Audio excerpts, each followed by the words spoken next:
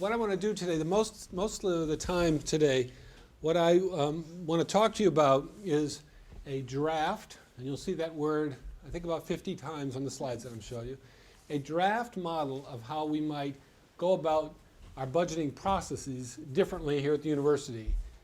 That might help us in the long run to achieve our goals and to move in the directions that we want to move.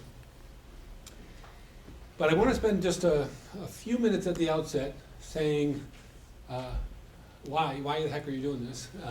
And then take a little time also to talk about how we currently budget. How do we build a budget here at the university now? Because that sets the context for change. It's sort of why would you, if it's not broken, why would you fix it? I think it is, well, it's not broken, but it's maybe less than ideal, the way we do things now, and we may be able to do things in ways that's different. So, a couple caveats about this that I try to remember at the outset to say. This is a work in progress. So, again, you're going to see the word draft, and you're going to be invited. I'm inviting you now, and I'm going to hand out a piece of paper for you to write your name on. I'm going to send you a follow-up email saying, hey, you had a day or so to think about this. Tell me what you think. Most of you ignore it, but I'm still going to do it. I'm going to send it to you, and you have the opportunity. Why don't you come on up if you have, sit in the back, because this goes on and on, so you might want to have a seat. I don't bite. And I'll use that as my opportunity to take my pad out. So I'll start with Dave here, who will sign in and hand it around. So I want to spend a little time on why, a little time on what we do currently, and it's at a very high level. And then I'm going to talk about this alternative approach that I'm suggesting we consider. The idea is to get your feedback. You can, of course, stop me at any time. You will notice we're being recorded. And the idea is we'll post this on the website so people who don't have the good fortune to be here this afternoon can watch it, or you can gather the family around on the weekend and watch it again if that's actually. So be mindful of that with your comments, because it may go viral. Okay, so let's start with why. Again, there's some seats up front, Robert and Kate. Why are we doing this? So we're doing it because this is one of the things that we said we would take on in the strategic plan, in our strategic vision and values framework for moving the university forward. I want to thank Provost Gilbert for being here. She's leading a lot of the efforts in the strategic vision and values work. And this is integrated into that, or we're trying our best to integrate the different aspects of this work. But last year when I was out and about on campus and hearing about the directions that we want the university to move, I heard things about the way we budget and how sometimes we cause our own impediments to our success. I heard that in different ways. And so we actually put it into the strategic vision and values, and I'm sure most of you look at this periodically just to remind yourself, but if you've forgotten, 2.2.3 is the exact one that we're talking about. We will develop a budgeting process that is responsive and transparent, aligns resources with strategic priorities, creates incentive and reward structures that support advancement toward the university goals. Now, I was the kind of first author on this, got a lot of feedback, of course, but I thought that sounded great, and I thought, good luck to the SOB who's got to do it, but that sounds great. So, unfortunately, I ended up being that SOB. So, in late summer, the president and I, she said, look, I'd like you to take this on to lead this process. So I agreed to what are my choices? So no, I agreed to do it. So, let me tell you a little bit about how I went about it, because it relates to today. So, in the fall, I spent quite a bit of time making sure I understood how the University of Maine budgeting currently works. Now, I had a fair amount of experience, having been the provost, having been a dean of a college, having been a department chair. I was director of a little revenue operation when I first started here. But I also knew that this is a complex place, and there are things that I didn't thoroughly understand. So I went around, I talked with, it was about 15 people, just had informal kind of discussions with them. There were vice presidents, deans, research center directors, department chairs, to understand their perspectives on the budget, how we do it, how they make it work or don't make it work for their units, to try to understand it. And then I said to myself, well, okay, I think I understand it, but you never know if you really understand something until you try to explain it to somebody else. So I challenged myself to explain it to somebody else. So I wrote the University of Maine budget primer. I explained the University of Maine budget processes in 23 pages. That excludes appendices, but 23 pages, you would understand how the University of Maine budget works. And I gave that to a group of people. Actually, it was about 19 pages when I gave it to them. Got feedback, made some changes. But you know, it is, I think, a valid description of how we work. And if you would like to see it, you can go to that website and click on this little hyperlink, and you'll see University of Maine budget primer, and you can click on it. It's right there. Or you can shoot me an email, and I'll send you a copy as an attachment. It's written in such a way that I think makes things understandable, and would probably give an accountant nightmares, because mostly I say things like, it's about $84 million that we do with this, and it's about 155. The purpose is not to create, it was not to create an accounting document where everything lined up. The purpose was to explain our processes, and that's really what we're focused on. So actually, if you're here today to find out about the numbers for next year's budget, you can quietly walk out, because I'm not going to talk about that. What I want to talk about is our processes. I said I had a couple caveats, and I'm sorry, I forgot the second one. The first one was that this is draft and iteration. As I look at Claire, I remember the second caveat. Claire likes me to remind people that while I'm going to argue in favor of this change or some variation of this kind of change, this does not create new money. Okay? This is not a budget model where we find the secret, cache of funds, or we strike oil on the mall. This is about how we use the funds that we get. So I want to make that point. So we will continue, regardless of what model we use, to face challenges. But I'm suggesting we think about it in a little bit different way. Now, I want to, again, thank you all for coming here, because this is the last time I'm going to give a variation of this talk, and that's how many times I've done it before. Okay. So if my jokes sound a little stale, I apologize. But I show you this because I want to sort of drive home the point that this is a work in progress, and purposely thought I got to get out and talk with different groups about this and hear what they think.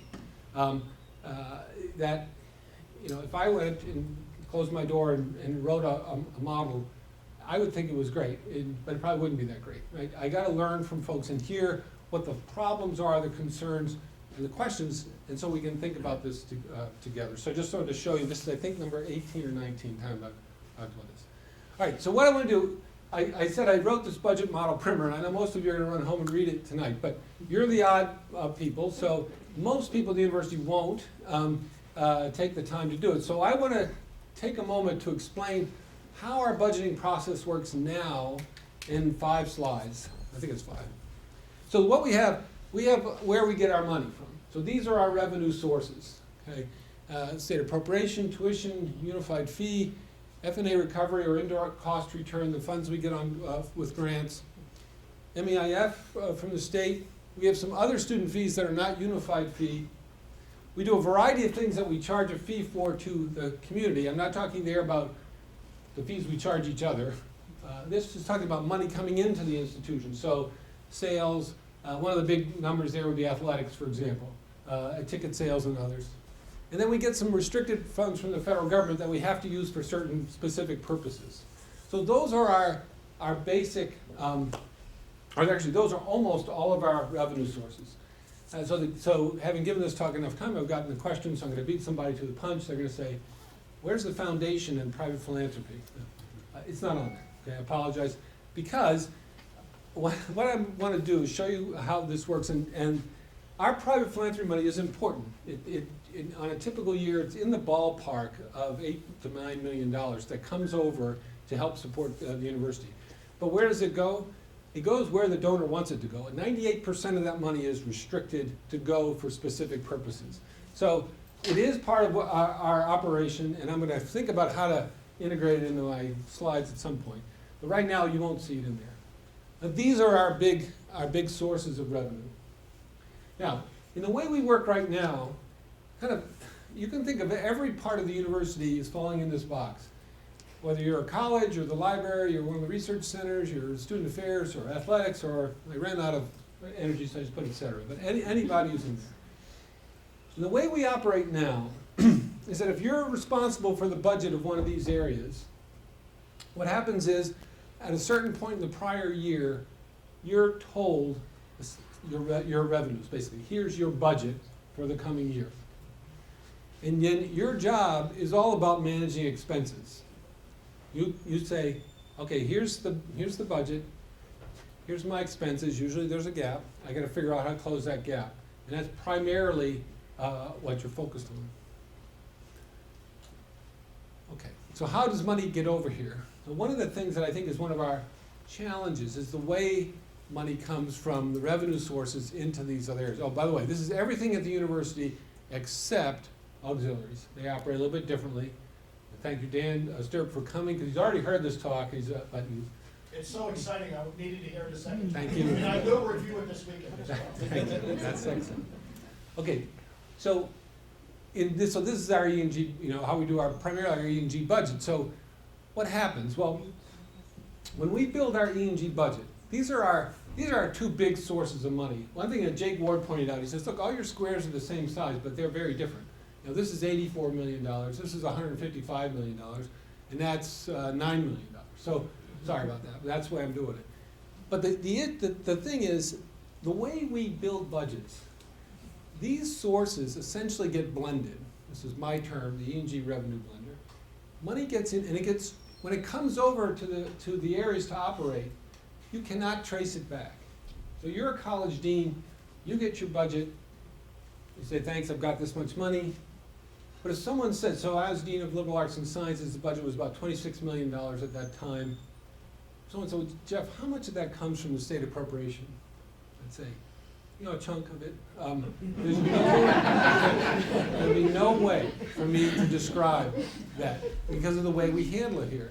We treat these essentially as interchangeably. And there's nothing, I'll probably say this many times, but there's nothing nefarious about that. But it is the way, it's our process. It's how we go about building the budget. Now that's not true of every part of the E&G budget. So we have these other student fees, and they are part of E&G, but they're essentially work like a pass-through. So we have the engineering fee. The students in engineering pay a fee for the engineering courses they take. That essentially works as a pass-through. It goes directly to the unit, in this case engineering, that generates it. We have a business fee, we have a nursing fee. There's a handful of these. See the primer, it's got all of them written out. But they go through it, but they are traceable. Dean Humphrey, for example, when we build his budget for the next, so we had his FY20 budget built, there was a line for the engineering fees. And it was on the ballpark of, well, it doesn't matter what it was, but on the ballpark about $800,000. Okay, if enrollment was a little higher than expected, that fee would be more. It would go over what we budgeted. And happy days for Dean Humphrey, he can either spend it or he can carry forward into the next year. If enrollment was a little lower, it's going to be a little less, and he's responsible for spending less to get this to balance out. So that money you can trace, it follows right through. And we handle sales and service pretty much the same way with our revenue generating operations. You generate the revenue, you get the revenue. It doesn't get mixed up in the blender here. And whether it's a lot of revenue, say, so like athletics, between tickets and all the ways they generate funds, it's on the order of about $4.8 million, and it goes through for their budget. When I was first here, and I was the director of the Psychological Services Center, which operated partially on revenue, it was about $65,000. But that money goes directly through. Now the other monies we get are restricted. We can't mix them together. We get MEIF money from the state. And as you know, that's for research and economic development. In the state, the legislature identified 7 areas that we can use the money in. So we have to track it definitely. It does not get mixed up in the E&G blender, but it is part of our budget. It's a significant amount of money. It's on the order of just under $14 million comes from the state. That's our portion of MEIF. And it goes, I say here, very articulately, some units, because it is some units, and there isn't a prescribed pattern or formula about how that money is. It was through decision-making that happened as the MEIF grew and where we needed funds. It's in most of the colleges, has some of this funding. On most of the research centers, Cooperative Extension has some of the funds. Of course, the Office of the Vice President for Research, some of the funds are in there for startup and for matching grants. But it's in these areas. Now, one thing about this, the way we used MEIF, which I think has helped the university tremendously, but we used a lot of it for faculty and staff salary and benefits. So it's tied up in those things, and that has some quirky impacts on our budget, which I'll explain in a minute. We also get these restricted funds. We get funds for Cooperative Extension, the Hatch Fund, and we have to use it for Cooperative Extension. We actually have to match the Hatch. We have to match the funds that we get, so you get to use E&G money to access it. But those funds come directly, and we have to account for those funds. They can't be used for other purposes, and they can't get mixed up in the blender here. Similarly, we have funds for MAPIS that come from the federal government that we have to use. There's some flexibility within guidelines provided by the government on how we can use it. So that's basically how revenue comes around. Now, auxiliaries is its own little operation over here. Not so little. This is $50 million roughly. And for us, auxiliaries is residence halls, dining service, the bookstore. Those are the big ones. And they manage themselves. They cover all their own expenses. And they also send money back to the E&G account. And it goes in the blender. So it's about 3.1, maybe 3.2, right around there, $1 million in the FY20 budget. We counted on coming over from auxiliaries. Now, why is that? Well, Dan's a great guy and wants to help, but it also comes because there are university services that auxiliary utilizes, right? And so they come back over to fund this. Now, we had a great meeting yesterday or the day before, Claire and Dan and I asked about, how does this number determine? And Dan has a great spreadsheet about what are the university services that we use, or that they use in auxiliaries. But he admitted that that was post hoc. The number was determined, and they said, I wonder why we should be paying this.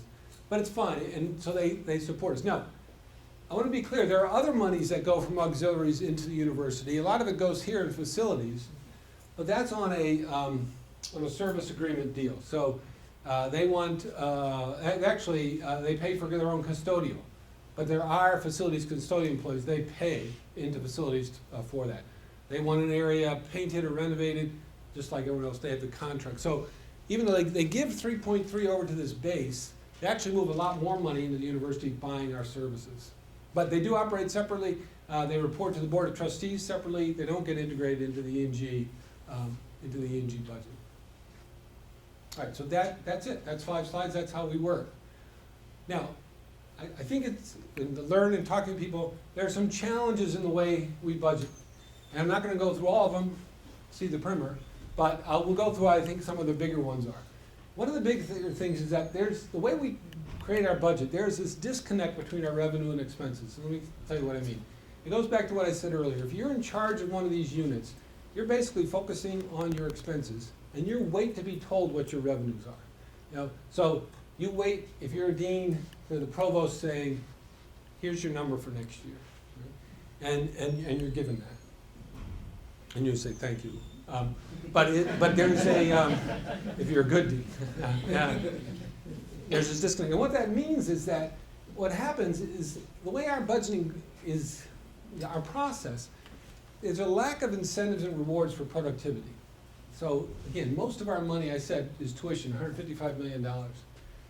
If your enrollments are going up and you're producing more revenue, the university appreciates that. But you cannot, at the way we bill it now, say, therefore I'm going to get this much more revenue in the following year. If you're a very productive researcher, and I see some in the audience here, you write grants, your indirect costs or your F&A recovery really goes up quite a bit. That's appreciated, but it's not necessarily coming back to your operation. Now, I don't mean there's never any connection, but there isn't a predictable connection. So, when I served as provost, every dean would come and tell me about the additional resources that he or she needed. Right? They're doing their job as dean. And every time I'd say, well, you make a great point, but so does so-and-so. I think you can do better. And then we had this back and forth until they beat me down or convince me, then my job, I go over to see the president and say, you know what, I think we actually really should make an investment in this area for these reasons. And he or she, depending on the year it was, would say, go back. And then I'd come back and we'd kind of hammer it out. And maybe we'd make the investment. So, you know, we have made investments. When we identified the signature areas at the university, we made a series of investments in those areas. And that was a process. But there isn't a predictable relationship, and that's my point. You can't rely, at least the way we do it now, on additional investments if you're more productive. We have some, to use a technical term, funky relationships between our restricted funds and E&G funds. I mentioned MEIF. So like I said, we get a little less than $14 million in MEIF money from the state every year. But if you ask us, what's your MEIF budget? It's about $20 million, a little over $20 million. That's because we put most of our money into salary and benefits. And so people get raises and they get promotions, and which is great. But we don't go back to the state and say, actually, you know, we need a little bit more. Steve Shaler got a promotion. So we typically, our MEIF is left flat year after year, bumps up a little bit, you know, goes flat for a year, gets bumped up. And we have to fund those raises. So the accumulation over the years has been about $6.2 million roughly of E&G money that goes over to MEIF. Now, that isn't necessarily a bad thing, right? That's the university investing in its research operation. But the thing about it is, it wasn't part of anyone's strategic plan of how we were going to invest $6.2 million. It just happened because of the way we've used our budgets and the way they operate. Our budget, the way we build our budget, there are a lot of decisions about where things are and how things are built that made very good sense when they were made 20, 25 years ago. And you might question whether they match now the way the university operates. I won't go into examples because I use too much time, but take my word for it. There are some interesting things about where things are and how we budget them that have to do with, you know, about the behavior of a dean 20 years ago that didn't really match the institution's goals or priorities. And so we shifted the way the budget so no dean could do that again. Well, okay. So we've solved that problem, but now we have this more complicated way of budgeting things because of the way we made that decision. And then I think one of our other big challenges is transparency. That we try very hard to be transparent. Claire gets out, you know, a few times a year. I get out with her, and we'd say, well, this is how we do our budgeting, right? Here's where we spent this much on this amount, this much on this amount. But it's hard to be fully transparent. We share a lot of information. How understandable that information is a different thing. And it's not because we're trying to obfuscate, but a lot of it, in my opinion, has to do with this blender, this mixing up of funds. About a year and a half ago, the Senate said, we want to understand where the student unified fee money is going. So we said, sure, we'll tell you where it's going. And that proved to be a lot harder to explain than we thought, because it did get invested historically in certain areas. Some people invested in faculty lines or staff lines. Some people used it for operations. Some people tracked it separately. Others did not track. So it proved almost impossible for us to give a clear, cohesive story of where the money goes that we get now from unified fee. The other example I'll give you is around financial aid. I was being interviewed once when we were starting the flagship match program. And I was, spouting off how great it was to bring in these out-of-state students. And it was on a Maine TV station. The reporter said live, well, wait a minute, it sounds to me like you're just taking Maine taxpayer dollars and underwriting out-of-state students to come here. That doesn't sound like a very good deal for Maine taxpayers. And I said, that's a great question. Let me explain. And I talked for about a minute and a half. I couldn't give I actually knew that we were not spending taxpayer dollars, on that. But because of the way we budget, I couldn't say, let me show you exactly, I can tell you exactly, it's this amount we get from out-of-state student revenue that we reinvest in their financial aid. And so it was hard to be as transparent as we want to be because of the way we blend these funds. Okay, so that's background. Now I'm going to get and talk to you about the revised model. I said last fall I spent time trying to understand the University of Maine's budget. The second thing I did was I tried to go out and educate myself and understand how what's the variability around the country. How do other universities go about building their budget? And so just to be clear, The way we build our budget is referred to as incremental budgeting. It's the most straightforward way, and it is the most, still the most common way that universities do it. So we're not outliers or unusual in that. But there are other ways that universities are going about the way they build budgets that I think we could learn from, and so I tried to do that. And then the other thing I did in the fall, because I'm a savvy administrator, is I formed a committee, because that's what administrators do. But this is a steering committee that's working with me on this. I won't run through every name, but you can see there are people at vice president level, deans, faculty members. I've got some folks who are professionals who really do understand the budget, working on this. One of the first things the steering committee did was help me with this budget primer.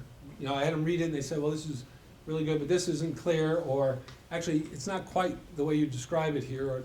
So the budget primer was better as a result of that. But the second thing we did, we said, okay, if we're gonna think about how we create a new budget model, we've got that line from the strategic vision and values that's sort of the guide for it. But perhaps we should think a little more carefully about what are we trying to achieve? What would the goals be of creating a new budget model? And then the second thing we had conversation about would be, if we're gonna build a model, what should be the principles that guide our thinking? The reason we did this is say, okay, we're gonna create a model, we'll go through some iterations, but these goals and principles, this is what we should go back to and say, all right, so we were suggesting this, would this be consistent with the goals that we've laid out, or is this consistent with the principles? So what I want to do is show you now the goals and then the principles, and these also say draft, because if you have thoughts about, we got to have a different set of goals, or your question there, that there's still time, right, to consider them, because we want to make sure we have consensus, and so far there has been. But here's what we have for goals. We want to build a model that incentivizes mission and vision driven decision making. That sounds pretty straightforward. But again, at times, I think we are in a position where we make decisions for historical reasons or for other reasons that don't line up as well as they might with driving us toward our mission and our vision. We want to create a model that promotes and allows and actually supports entrepreneurship, that gives some flexibility in funds so that people can try to do things differently in a accountable way, to see if we can improve our processes and also our productivity. We want to build a model that creates strategic investment funds. As far as since I've been paying attention to it, the university makes strategic investments every year. They decide we're going to put money in here or there and not other areas. So again, the example I gave earlier about we created the signature in emerging areas. We consciously said we're gonna move money into these areas. And I actually have a spreadsheet that shows you. We track every one of our areas and what funds have we put in there. Early on, it was mostly faculty lines. And again, I think it's a good way to run an institution. You say these are our priorities and this is what we're going to do. What we didn't do was have a fund to make those investments.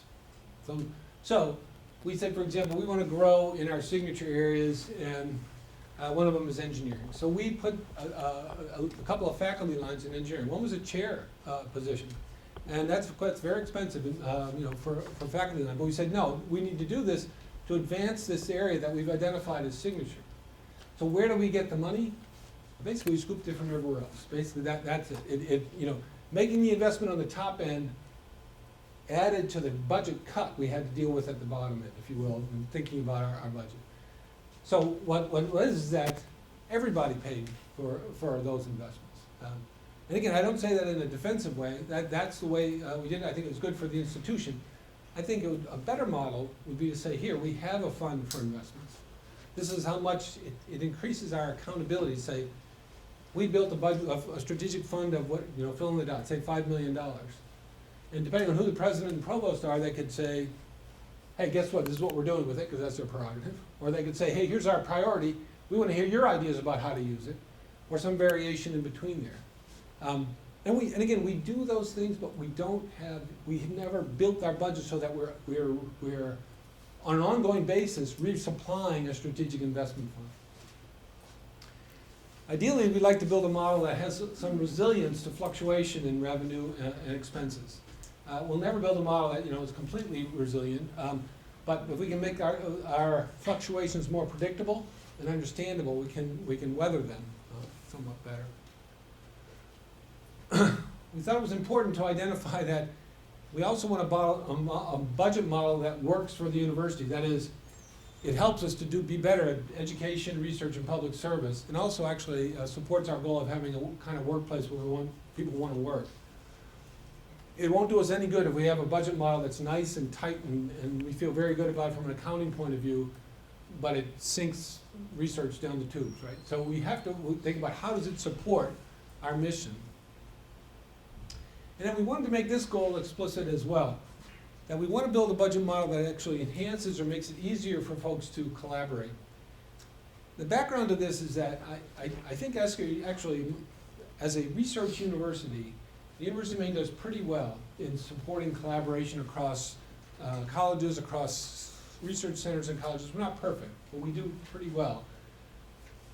And the way I'm going to suggest we move to budgeting, one of the risks of that is that you create competition and impair or impede collaboration. So we want to, so that we remain very mindful of it. We said one of our goals is that we can build a model that it actually does the opposite, enhances collaboration. Okay, then we run through principles and I'll get to the model. Okay, so these are the principles that we came up with. We'd like to create a model where revenues and expenses are distributed in a way that people can understand. It's predictable, it's transparent, it's understandable. Okay. We want to build a model where decision-making authority and responsibility for implementation are aligned, or as aligned as best that they can be. You read anything about organizations, that's one thing that people say that organizations should have. And when you get real big separations between authority and responsibility, organizations tend to break down. We want to make sure that we have quality and efficiency of services. I'm going to show you how I'm suggesting we move in terms of some of the broader support areas on campus. And again, if this model is implemented not thoughtfully or poorly, what will happen is that services will go down, and we'll be saving money, and we'll be cutting our own nose to spite our face. So we want to make sure that we support the quality of services. We want to build a model that doesn't increase our administrative costs. As I said, I spent a fair amount of time looking at the way other universities budget. Some have very complicated, actually quite impressively complex models, and they must have an army of administrators tracking all this data and information. It would require levels of investment, at least that I think are beyond our ability. So can we make a shift to a different budget model with the current resources, or if we do increase resources, it should be minimal, and we should be able to demonstrate an ROI on that investment. We want to create a model where faculty and staff have input into the planning and thinking about this.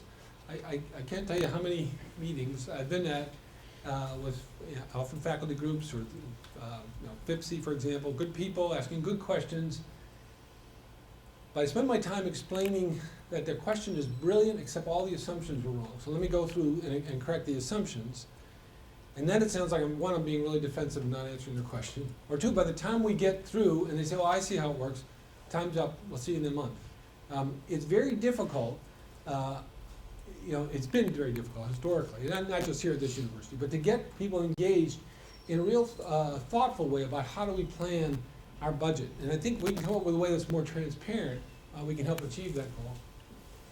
And then we want things to be we want people to be accountable at every level, and that relates to the transparency. We want things to be done in a way that people can understand.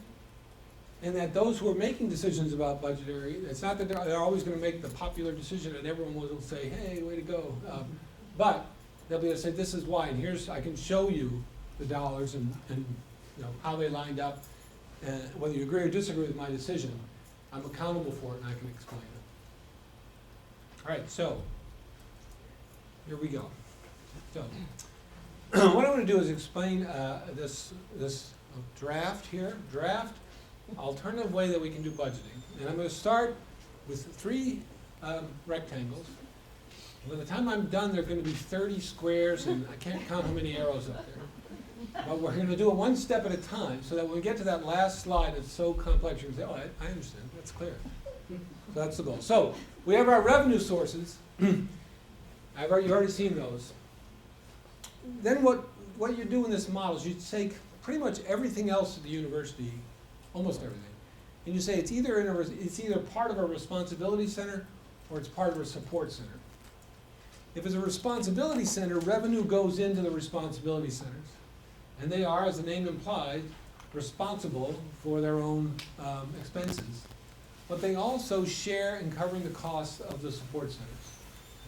So they work in such a way that if you're relying on need these support centers, there's some predictable way in which you are sharing in the cost of those.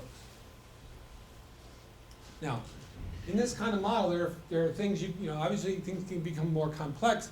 We have these funds that come from the state, these that will have different properties, these that we generate but have other properties. I'll show you in a second. But one of the things you have to determine is, okay, if I move money, so I already told you tuition's our big dog, that's where most of the money is, into the responsibility centers, who gets what, right?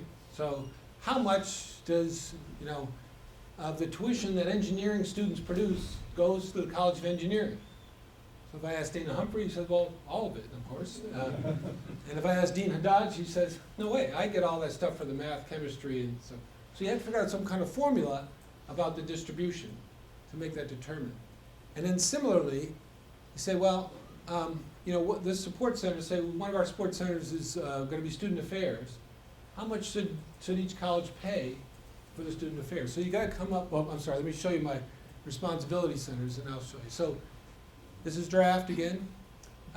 This is what I'm suggesting we consider as our responsibility centers.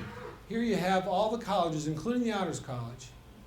And again, I will tell you, looking around people who do this kind of model around the country, every one of them has the colleges as responsibility centers. At some universities, they're the only responsibility centers.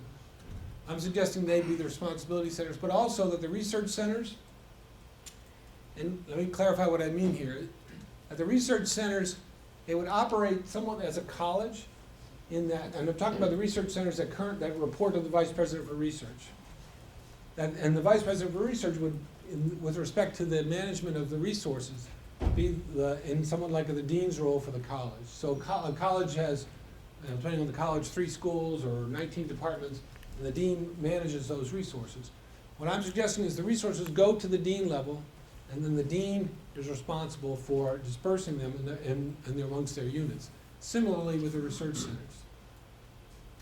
I'm suggesting the Division of Lifelong Learning, Cooperative Extension, Athletics, and the Office of Innovation and Economic Development are our responsibility centers. And that these are the areas that are our support centers, like academic affairs, student affairs, facilities and services. So that's, everyone thinks about facilities, utilities, grounds, etc. But also services that we all benefit from. Maine card, say again? Mail services, things like that we all benefit from. Enrollment management is a support center. The library, the graduate school, research administration, and our friends at the University of Maine system, which we already pay into as shared services. And in shared services, what's in there, and this is currently the model, we pay to the University of Maine system a certain amount that covers HR, equal opportunity, procurement, IT, capital planning, finance. So those are all they already are operating as a support center. So as I said, what we have to then determine is how to distribute this revenue into these areas, and we have to determine how to share these expenses amongst these areas. Now, in this model, if you're not here, you're not getting any money. So you have to say, well, what's missing? So there are a few things that are missing in the way that, again, draft, I'm proposing we do this. These 4 boxes. And I put them here because you'll see in a minute, what I'm proposing is that they're funded before we move money to the responsibility centers. If you look on my hard drive, I call these the off-the-top group. And I'll explain why in a minute. But in there is a central administration, to be the president's office, the provost's office, probably vice president for research, not in there now, but he's hammering me to make it part of that. And then some things that are part of the central administration. I believe we should support financial aid off the top, and I'll just give you a quick number. Financial aid is the second largest category of expense here at the University of Maine. The largest is salary and benefits. But if you take every form of financial aid, for this waivers for Native American or veterans, whether it's all the financial aid we give to students' needs and merit, athletics, graduate as well, it's $55 million. It's a big chunk of our budget. And I would argue, after salary and benefits, probably the most important money that we spend, because if we spend it intelligently, it brings the students here, and that's the market we're in right now. Let me skip this for a second. And then what I'm suggesting is that we do fund it, we create a strategic investment fund, we fund it off the top on an annual basis. Now, the other thing we would have to have is what's called a subvention fund. What a subvention fund does, you can see the arrow goes here. Once we build our model, all of these will not be able to be in the red, in the black.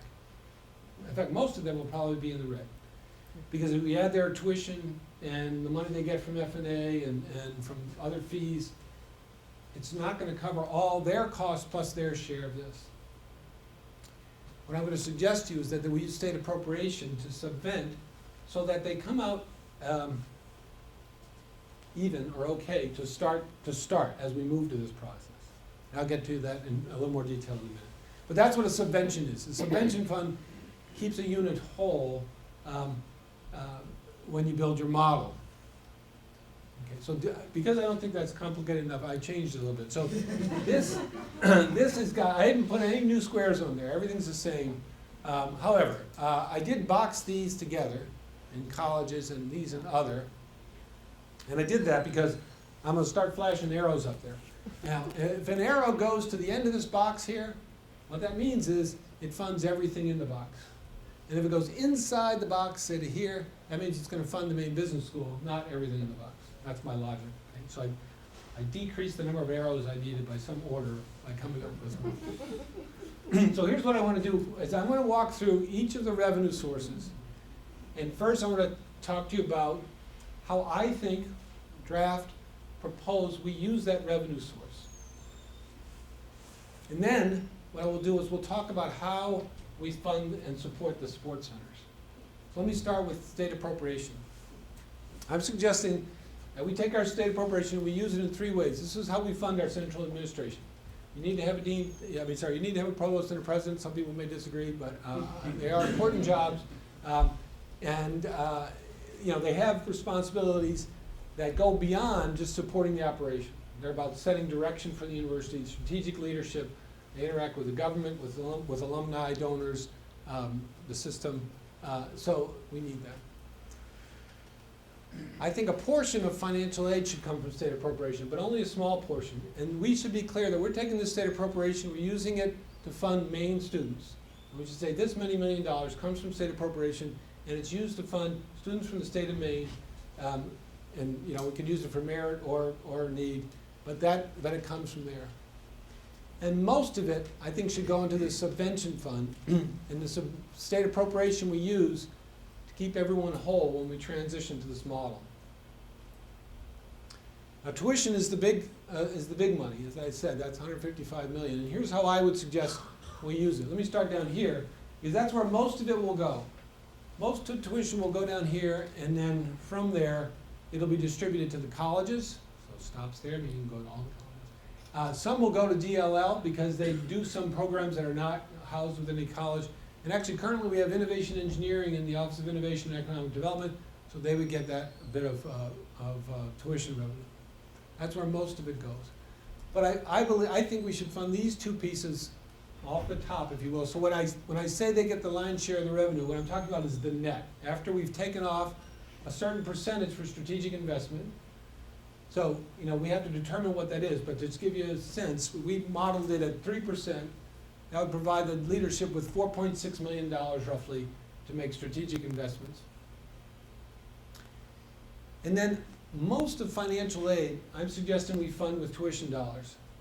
And let me explain to you how that would work. Deb Allen is here, so you can ask her all the hard questions. I asked her to take some numbers and break them down for me. So first question was, how much money do we bring in from out-of-state students for tuition? Okay? And the number is in the ballpark of $85 million. It's a big number. Then I said, well, what if we pretended all those students were Maine residents? How much money would that have brought in? And it's on the order of $35 million. Don't quote me the exact amounts. But my point is there's a big whopping differential there. I'm suggesting we take that differential and we use that to fund our financial aid. I think I suggest this for a couple of reasons. One, it is a great story.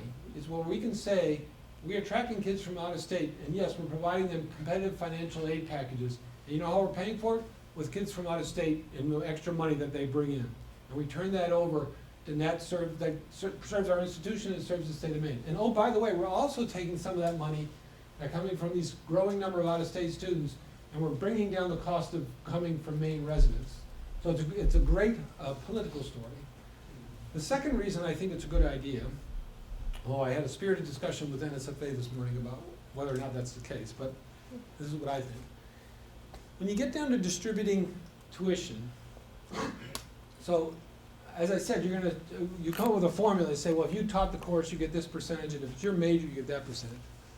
And the person will say, well, what about in-state versus out-of-state? In-state kids are bringing in more money, so should more money go to the units that have more in-state, out-of-state students? Now, my answer to that question is no, and I'll tell you why. Yeah, we are a state institution. Our primary mission is to serve the state of Maine.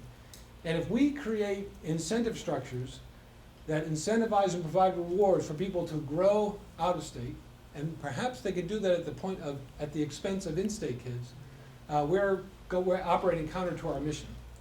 And politically, I think it would be a bad thing for us to do. So by shaving this money off to fund financial aid, what I've done is make all tuition dollars the same, whether you're in-state or out-of-state, and then you distribute it that way. Now, you may disagree with that, that's fine. George Kreiner did vehemently this morning, but that's the argument. Okay. So let's go to your unified fee. Currently, unified fee goes to a whole variety of areas in here and in here.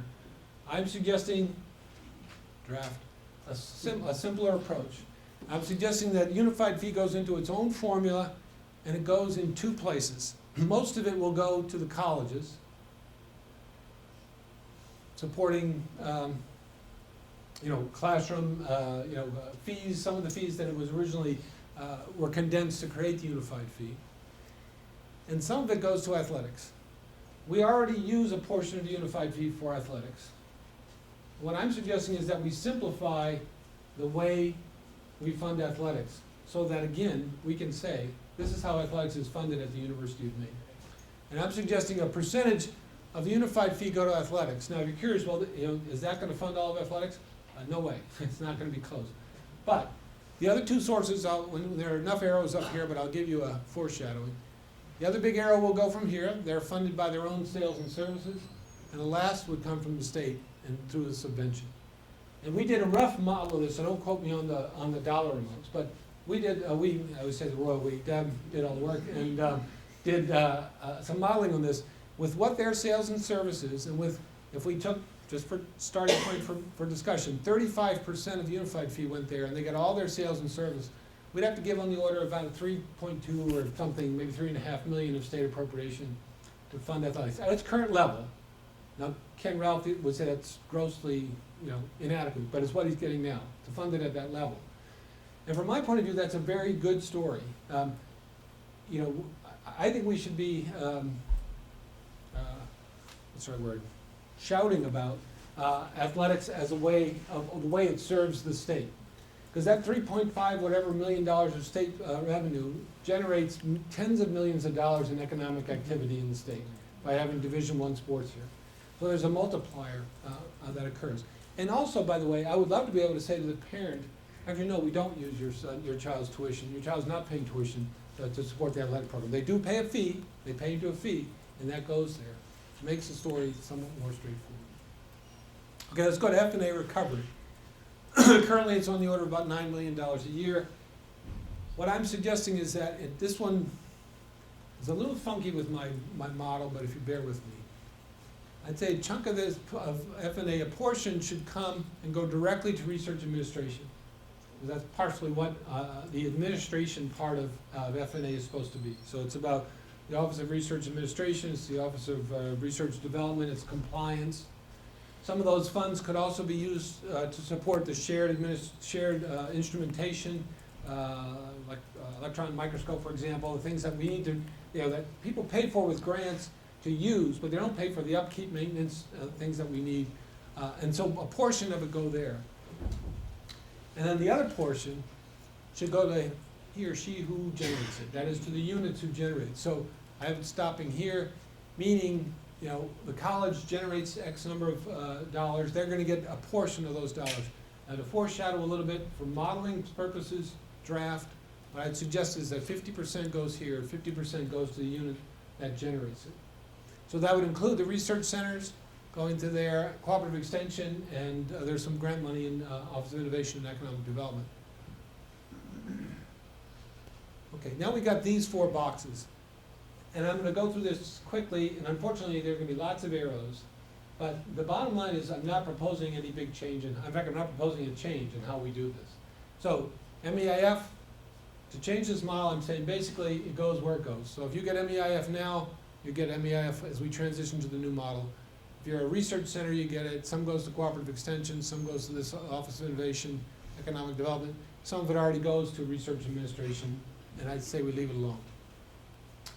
Similarly with the other student fees, if you generated them, you get them. That's the way we do it now, and that's what I'm suggesting. Most of it's gonna go to the colleges. DLL has an online fee, which they've used in a very, I think, productive way to help us all. They would continue to get it. Similarly with sales and services, if you generate it, you get it. So Office of Innovation and Economic Development, they operate a lot off of revenue, portion of contracts for business and industry. They continue to get that. Athletics gets theirs. There's lots of small, relatively small, revenue operations within the colleges. They would get those revenue. And then similarly, with these restricted funds, we kind of can't fool with them. So they're going to go to NSFA for Mathis. It should be, and then they're going to go to cooperative extension, because that's what the federal government tells us, and we always do what the federal government tells us to do. So there's where revenue goes. I'm going to stop for, see if there's any comment or question before I go on how we do expenses. Anybody? Yeah. The research centers, aren't they the same people that are in the colleges? Not all, but some are, yeah. So one of the things that we have to do is figure out how do we share those, if F&A is then going to research centers into the colleges, how do we share that? So I've asked Cody to put together a committee, and I've given him 3 questions to address. That's the biggest one. How do we look at joint appointments, cooperating appointments, so that we're sharing this revenue in a way that creates incentives for this kind of collaboration, not competition. So we don't want people to say, hey, you're a new faculty member, steer clear of that research center, because I don't want to lose any of my my F&A returns. So I've got a group looking at it. That is one of the challenges that we need to address. Steve? Having an exception for research administration. Yeah. I mean, we have all this logic model, but there's an exception. Yeah. So why? Well, that's a good question. So I like to avoid it, but it's a good question. So, so most of what. So I'll tell you the alternative. The alternative would be to give 100% to the units that do it. And to be honest with you, it would work out in a similar way, because then I'm going to charge them more for those services. And that might be the better model. Now, I will tell you that our vice president for research thinks I should take this out of here and put it up either here, well, actually, I think it should be here. He would prefer it be funded directly and not be viewed as a support center at all. And it's a tough call. Several of these are kind of tricky calls on where they belong. DLL, you could say, well, what they do, they provide support. Now, they do have a budget, and they do generate revenue themselves. So it's a challenging thing. So that might be the simpler solution. This was, to be honest, my compromise to keep Cody relatively happy, but not fully happy. would be to say, okay, we'll put a portion of it directly into that. So, that's my answer. I mean, you know, I view it as a support center because most of what they do is support research centers, faculty in carrying out research. Yeah, Clay. So, is this an opportunity for us to invest more in research and thereby increase our F&A rates over time, our approved rates by the government? I mean, yes, it does create that opportunity for us to. I think we should be doing that, revisiting that anyway. And actually, in doing this work, I went and met with them about that. We are due an actually, we're being reviewed right now for our next thing about where our F&A rates are. So yes, it would be, I think, a potential way to look at that. Right. In terms of the earlier objective where you said we were trying to keep collaboration going Yes. on. Yeah. And maybe you'll get to that at some point, but one of the things that it seems like this would do also is it break Right. things up where you said, well, I could put another faculty member on this grant, but they're from another college and, Right. you know, my dean told me not to do that. Or I Right. could co-teach this course with somebody Right. from somebody else, but that would make the listing Right. confusing and the tuition would have to be split. Right. So those are the kind of nitty-gritty issues. We're trying to work on formulas that would address that, right? So there, you know, so I have DLL, I'm gonna use DLL because it's a simpler example, and I put a little thought into it. That one, you know, I don't want to create an incentive model that says, hey, we don't want you teaching, I know we can reach 100 wildlife students if we put this course online, but I'm gonna lose revenue, so we'll teach it to 10 that are local, because I'm getting all that revenue. So what we have, and we're modeling out, is ways to share that. What's the sweet spot? That the DLL is motivated to provide great service and has money to do it, to help you put a course online with, you know, with the great quality and the support you need to do online to compete in the market now. And you are motivated to say, yeah, I want to do that. Even though I'm not going to get 100%, I'm going to get, let's say, 50%, but I'm going to get 50% of 100 students as opposed to 100% of 10 students, right? So I'm trying to figure out, we've done some modeling with the DLL one. My first shot at it was way off, to be honest with you. So Deb's doing some other modeling. We'd have to kind of get into that. And then when you get into things like co-taught courses, you know, that's a tricky one. I would rather, in my view on this, I would rather figure out a way that you can do that as a one-off and not build a model around the exception. The reality is, I don't know, less than 1% of our courses are co-taught. We want to support that, right? So we don't want it to be a big impediment. On the other hand, I don't want to rejigger the entire model to make sure, you know, we can account for that. So that's kind of the balance. But it is one of the things that, I mean, you and Dave's comments are right on in terms of the risks that we have to be mindful about. If you implement this in the wrong way, we set the campus at each other. You know, the example when you read or talk with people about this is, well, gee, if engineering, you know, they're only going to get 20% or say of the revenue from all the engineering students that take calculus. Well, why don't they just teach their own calculus course? So get Clay Wheeler to teach calculus. So that could happen, right? But from my point of view, that's where the faculty voice should weigh in, right? So we have, so let's say they wanted to do that. They had to create a new course, right? It has to go through the College of Engineering, but then it also has to go through the university, whatever, PCC, one of those committees, right? To me, those committees now, in this model, are gonna have a much more important job. Instead of just asking, well, is that the right, you know, I won't be too cynical, but the kind of questions that they ask about things, the question should be, is that the best way to educate students in calculus? And maybe it is to put it in engineering, in which case then we should say the College of Arts and Sciences, no, you can't lay claim to this.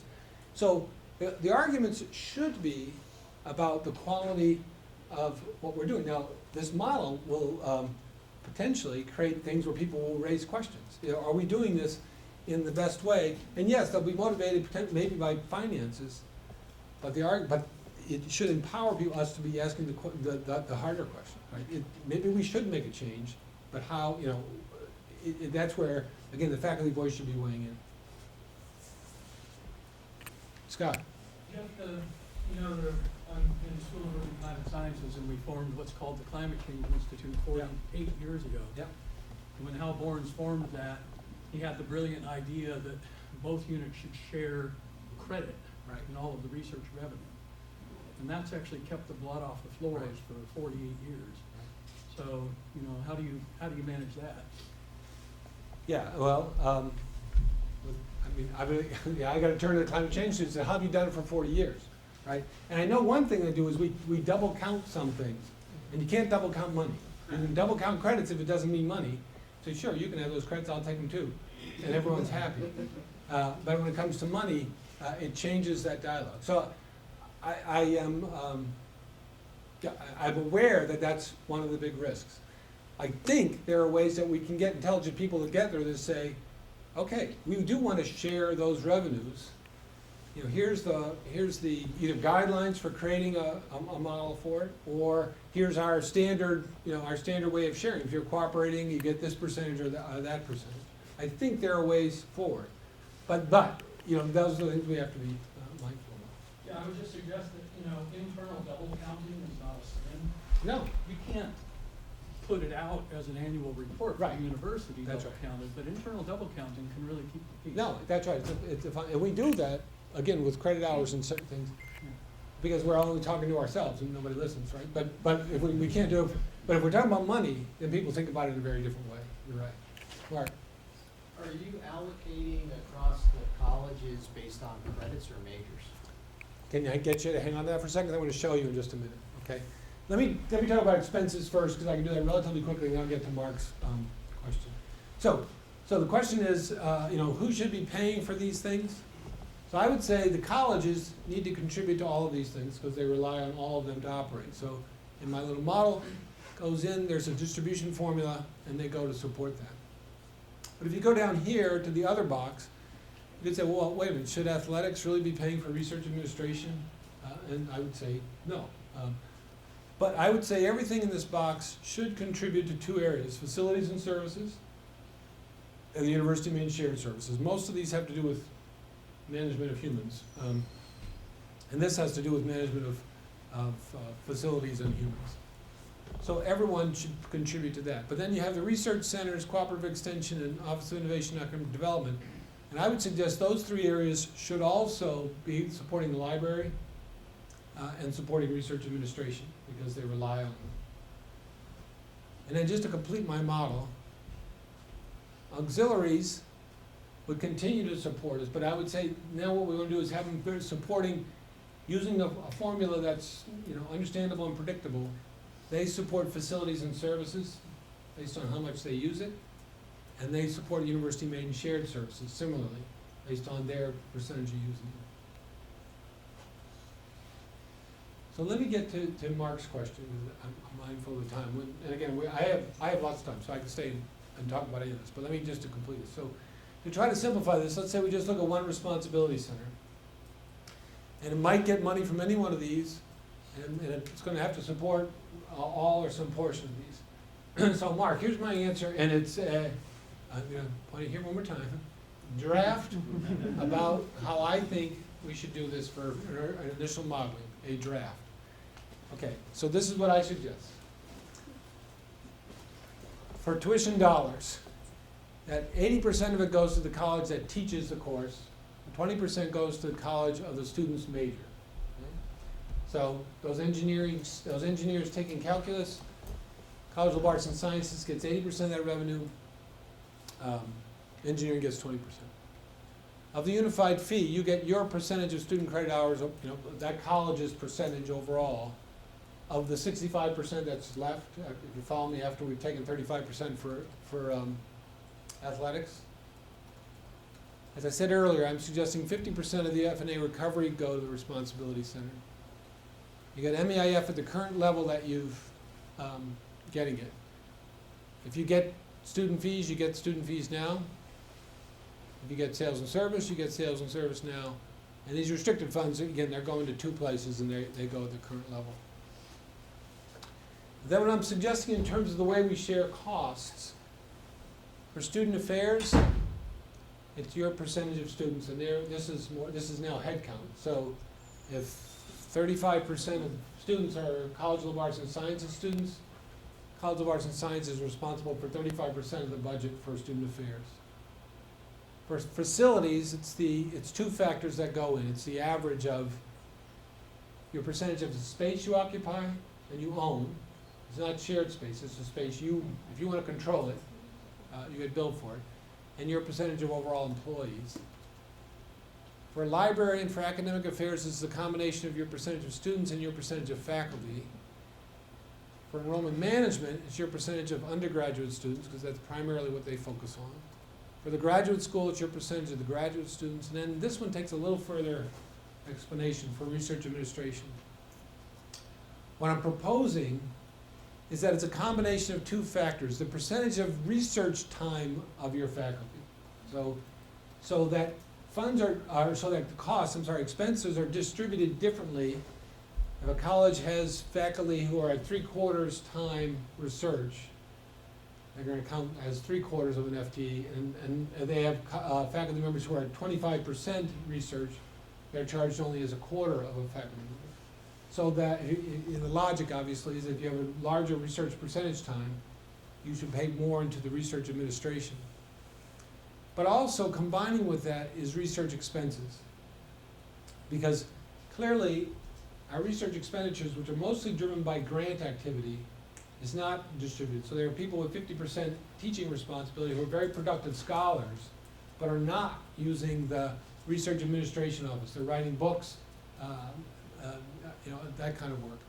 Well, there's others who have the same research assignment, who are very heavily using, getting grants, and that's where the expense comes. So what I'm suggesting is we combine these two factors, and that's how we determine how the responsibility center supports research administration. And then for the system shared services, it's percent of overall employees, because it's primarily about employee work. So, I'm gonna take questions one second. I'll make one more quick comment, which is Deb and Jesse Daniels have been working with me on this, did this. And the good thing is, we get both sides of the equation to come out the same, so that's a good thing.